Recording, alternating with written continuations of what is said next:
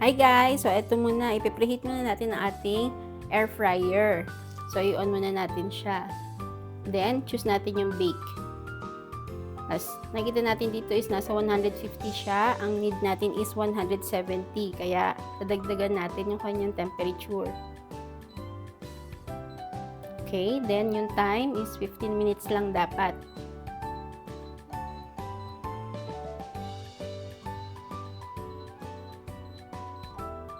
Okay, then start na natin.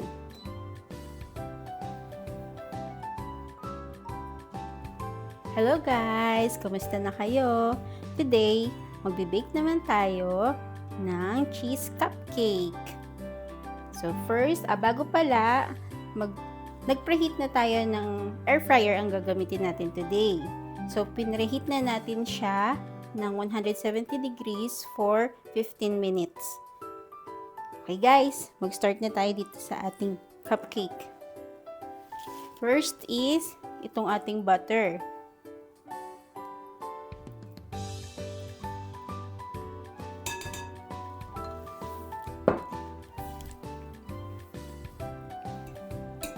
Bali, softened na tong ating butter at room temperature para madali na siyang mahalo.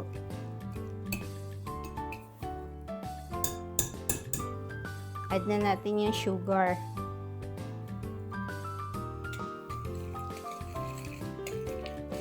Parang sa brownies lang, no? Kinikream lang natin yung butter with sugar. Ayan na natin lahat. Para dire-diretso tayo sa paghalo.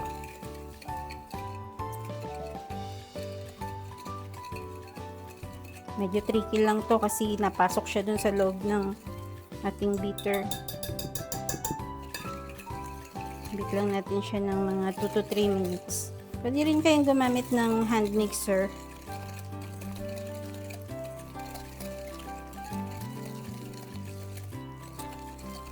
Pero kung wala kayong available na mixer, okay din lang yung ganito.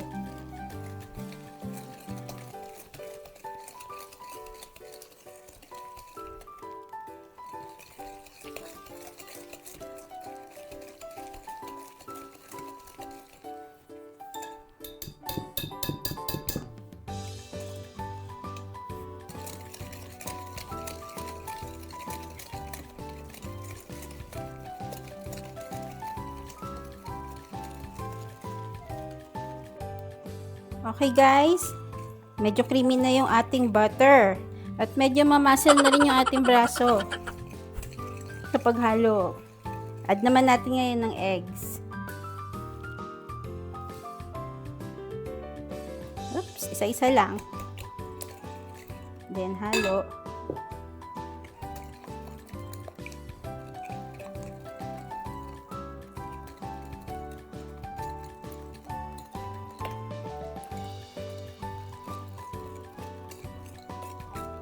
So, puro halo talaga itong mixture na to.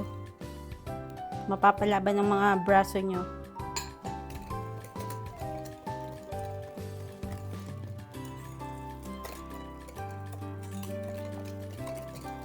Mix lang natin ito maigi.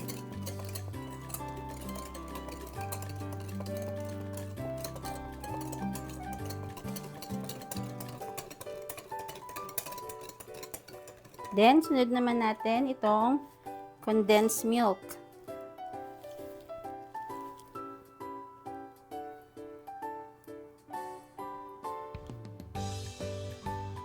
Sunod-sunod na natin ito ilagay. Yung mga wet ingredients. Tapos itong evap milk.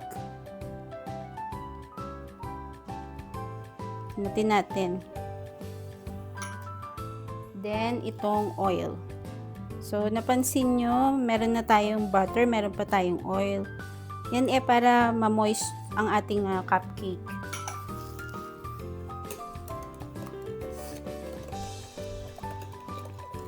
Usually kasi meron tayong mga natitikman na cupcake na dry yung pinaka-bread niya or yung pinaka-cake niya. Ito, ma-moist siya. Kaya masarap siyang kagatin at kainin.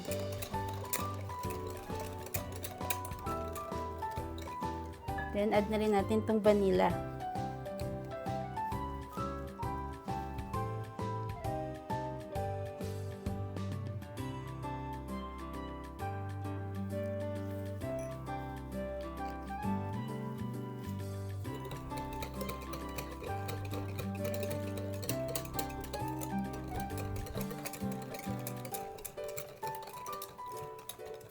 Okay, nahalo na natin lahat ng ating wet ingredients. Dito naman tayo sa ating dry ingredients.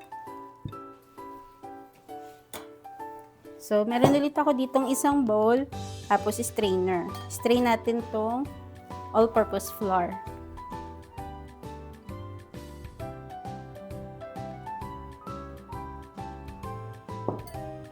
Sama na natin tong asin at itong baking powder.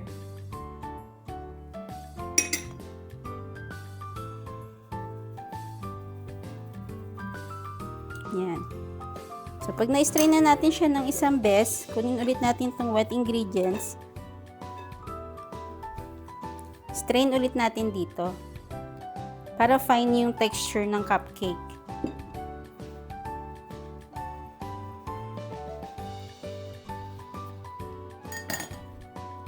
Haluin lang natin maigi.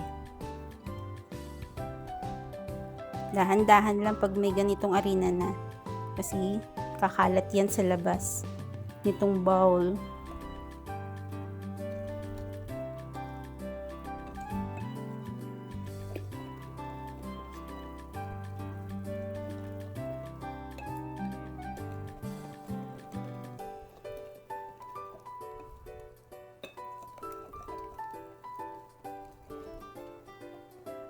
Then, meron tayo ditong shredded cheese. Mga 1 cup to, so ilagay natin yung konti. Para dun pa lang sa mismong cupcake, malasa na siya. Lasang-lasa na yung cheese.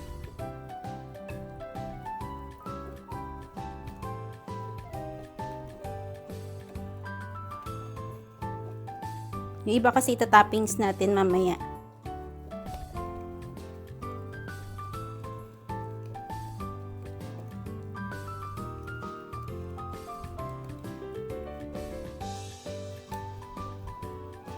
Yan. Check lang natin kung may mga lumps pa ng harina, and pag wala na, okay na yan. Huwag din natin siya i-overmix. Simutin lang natin ng spatula yung nandito sa beater.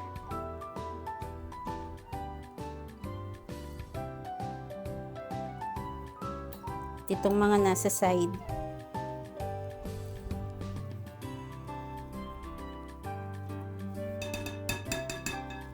Okay, lalagay na natin to dito sa ating molder.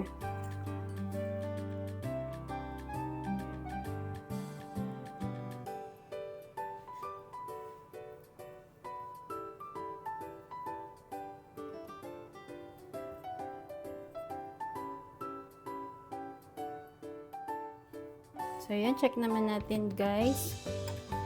After 10 minutes, yan, ang sarap. Medyo tostado yung cheese sa ibabaw.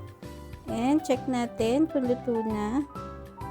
Okay, malinis na siya. So, luto na tong ating cupcake.